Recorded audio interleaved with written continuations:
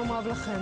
מאות ליוו היום למנוחות את שני ההרוגים בהיתקלות בעזה ביום שישי. בהר הרצל נטמן רב סרן אלירז פרץ, זיכרונו לברכה, סגן מפקד גדוד 12 של גולני, בבית העלמין הצבאי בראשון לציון. הובא למנוחות סמל ראשון אילן סוויאטקובסקי, זיכרונו לברכה. מiriam פרץ קברה את בנה אלירז היום 12 שנים אחרי שקברה את בנה אוריאל. גם הוא היה קצין בגולני.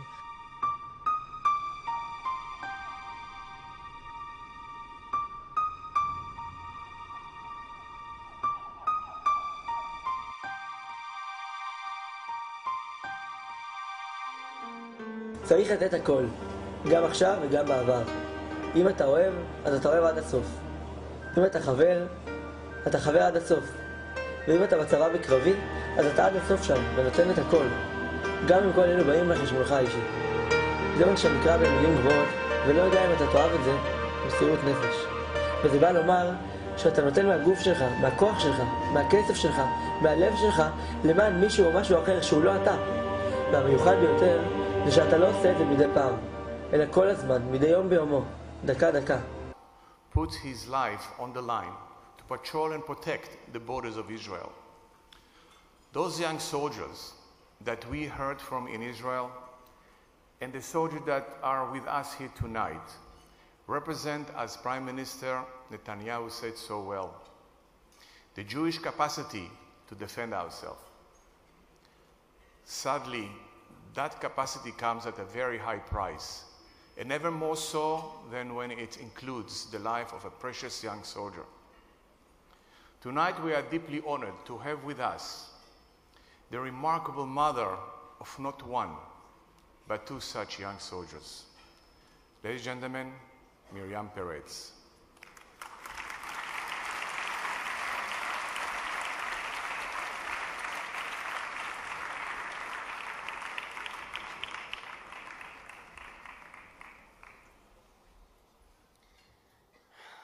Shalom. Good evening, ladies and gentlemen.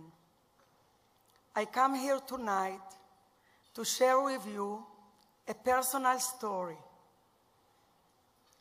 of darkness and light, of faith and hope, of sorrow and joy. This story does not belong to me alone. It is the story of the people of Israel.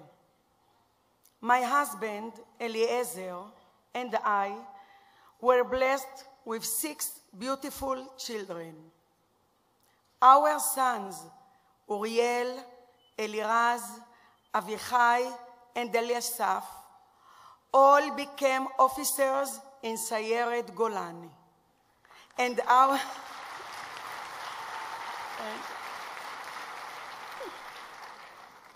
our daughters, Hadass and Bat-El, married Golani combat soldiers.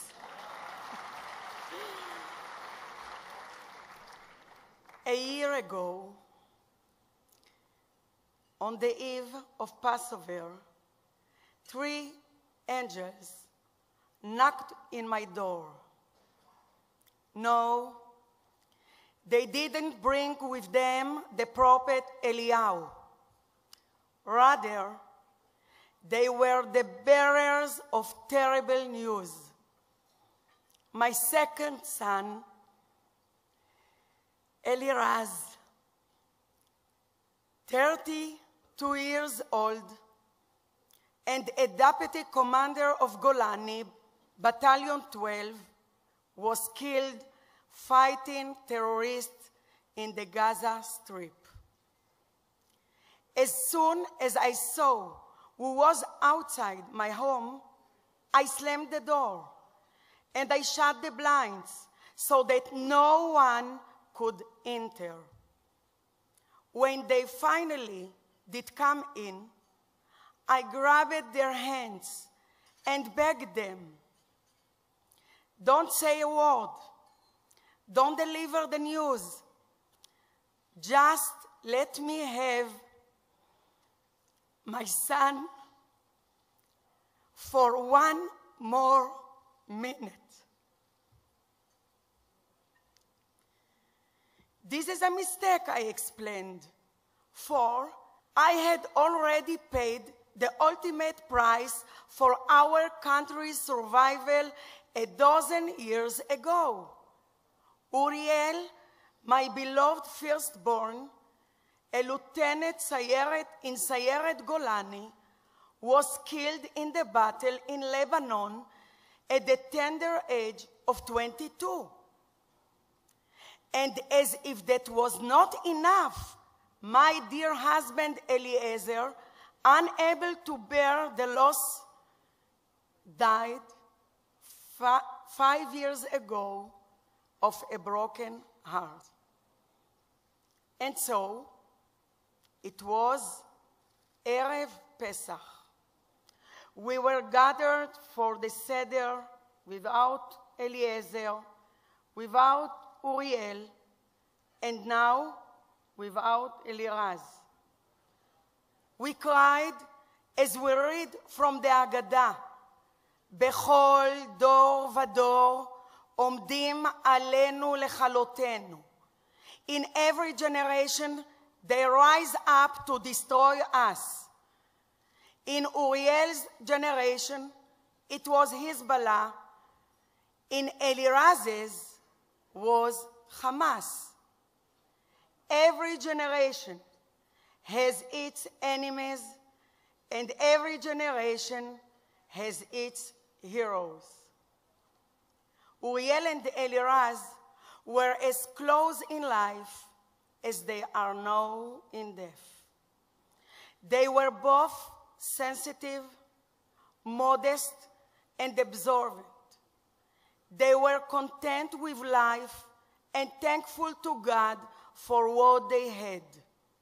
They didn't crave combat or wish for war. But when called on to defend their people, they didn't hesitate. They simply said, Ima, it's our turn. They were always first in line, always leading the way to do what needed to be done. After Uriel was killed, Eliraz and his younger brothers, Avichai and Eliasaph, were exempt from combat service. But they perceived combat service as a mitzvah, a divine calling. As their mother, I had to sign special papers allowing them to become fighters.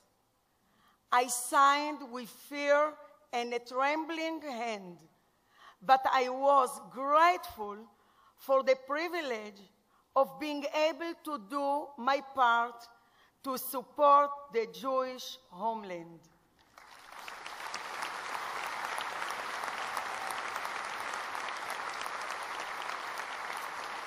Thank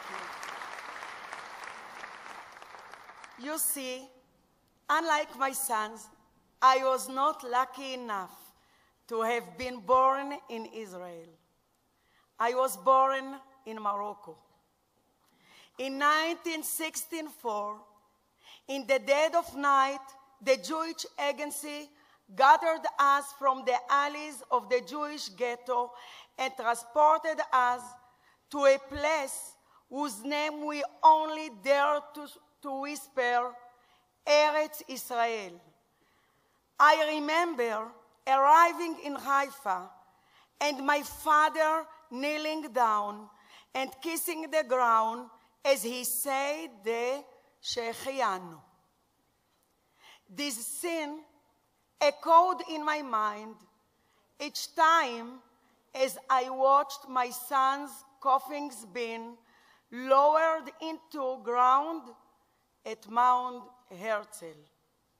Except now, I was the one who was kneeling and kissing the soil of Eretz Israel as it covered their bodies. It is not natural.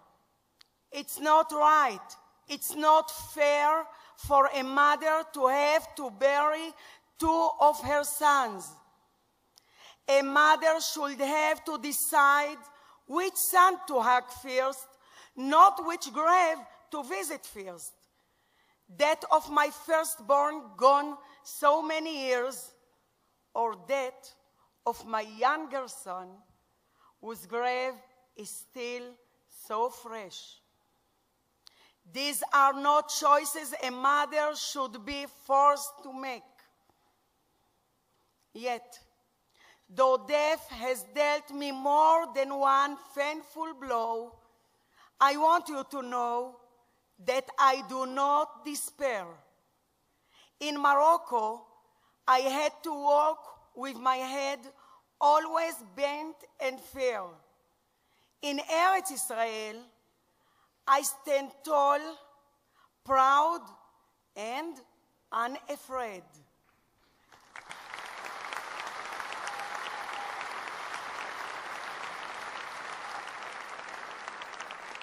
I pray to God to give me strength and to allow me to see my grandchildren grow up so that I can tell them, as I tell you now, about their noble father, Eliraz, and their wonderful uncle, Uriel, and about all the brave fighters who defend our special nation.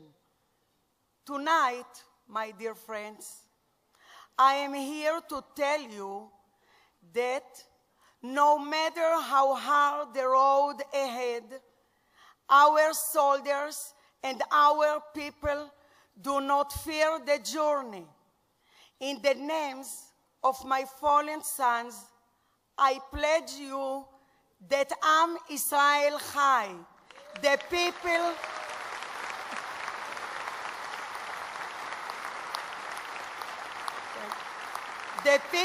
of Israel will live on. Thank you.